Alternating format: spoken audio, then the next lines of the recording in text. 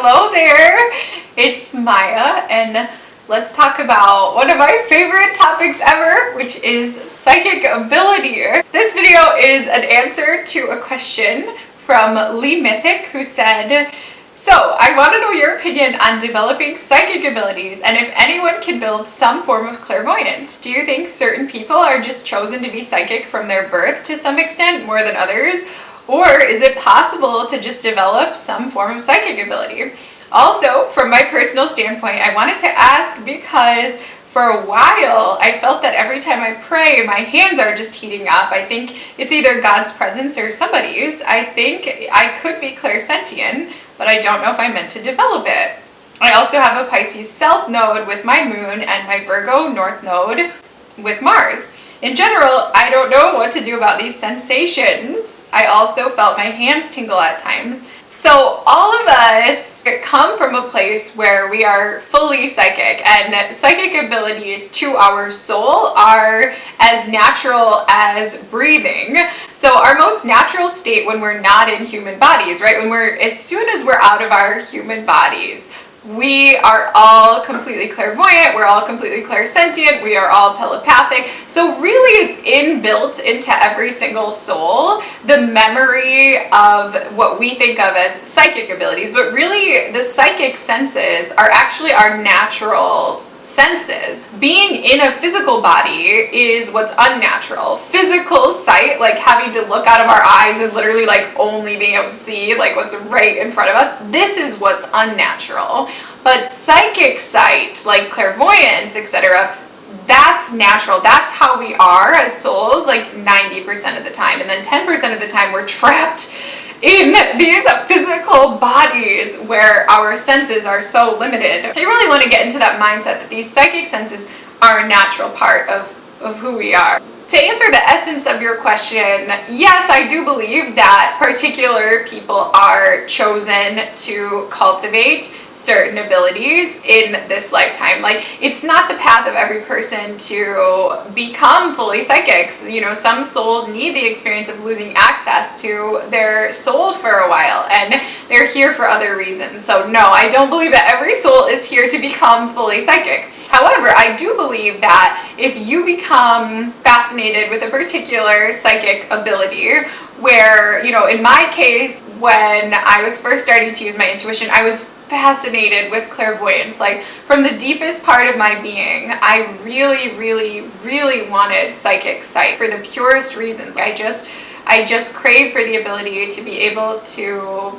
receive messages visually, to see visions, and to share those visions with others. And there was a time in my life where I'd say that's what I wanted more than anything else. Like, some people want to win the lottery. Some people want a brand new car, a brand new house. It was like, I wanted clairvoyance that much. I wanted it so bad. It was like my wish for every Christmas, every birthday. Like, I really, really wanted clairvoyance, and I was so interested in people who had it. When I went to psychics or something, I always wanted the psychic that could see. I never wanted the psychic using cards or whatever. I always wanted the one who could see. So I had a special relationship with that gift, with clairvoyance, and now that's the gift that I use, like, in all of my readings. And so if you find yourself drawn in that way to a particular gift, maybe it's clairaudience, or maybe it's clairvoyance, or maybe it's telepathy, or maybe it's mediumship. That's the one that I feel, you know, growing desire for now. But like, whatever it is for you, if you find that you're even thinking about this, you know, you're thinking about psychic ability, like you're thinking about a particular gift, like you're incredibly drawn to it and you really want it from the depths of your being, like you have that impulse to cultivate it, to do whatever it takes, then I would say that's a sign that you are like meant to be a psychic, or you're meant to be a reader, or you're at least meant to cultivate this gift, like, because you'll have that impulse within you. With that said, I believe that anyone who asks for a particular psychic gift, like they ask for a gift from a higher power, they really want, you know, clairvoyance. I think anybody that asks for clairvoyance, for example, and they're asking from a place of total sincerity with the purest intentions to use that gift in service to others, and if they're ready to have that gift in their life, I believe that they'll receive it. So anybody who really has a genuine interest, a sincere interest, and who's going to use the gift for the greatest good of humanity and who's ready to have that gift in their life will receive it. I believe that 100%. And I believe that's why I got clairvoyance, because I just wanted it in the purest way. And ever since I've had it, I've used it every day to help people. So I don't know. I feel like, why would God say no to that? You have to be ready. So one of my stipulations there was if you're ready to have the gift in your life. And I love clairvoyance now. It's really a pleasure to be able to see things that are on the other side, and I really love it. But I realize now that I could not have had this gift when I was in my teens and early 20s, right? Like, it wouldn't have served me to be able to see people's souls and see, their thoughts and stuff like that when I was in college, for example. Like, it would have been a huge distraction from my studies. And before that, like when I was learning to drive, now I have this experience when I drive. Sometimes I'll accidentally connect up with the soul of the person who's next to me on the road, and like all of a sudden I'll see their life, their thoughts, their wife, like I'll see everything. And yeah, like sometimes that can really be dangerous to me. So right now in my life, I don't have to drive that much. I don't really have to do that much in the world. So like being super clairvoyant it's the right time. But if I would have been like this, I think I would have suffered a lot if I was like this earlier in my life. So your life has to be ready for your gift to cultivate. I do believe that some people's DNA, some people's physical bodies are more suited to psychic ability than others. I mean, there are people that are dense. Their bodies and minds are dense, which isn't necessarily a bad thing. Like for them, reality feels very, very real and they're very here.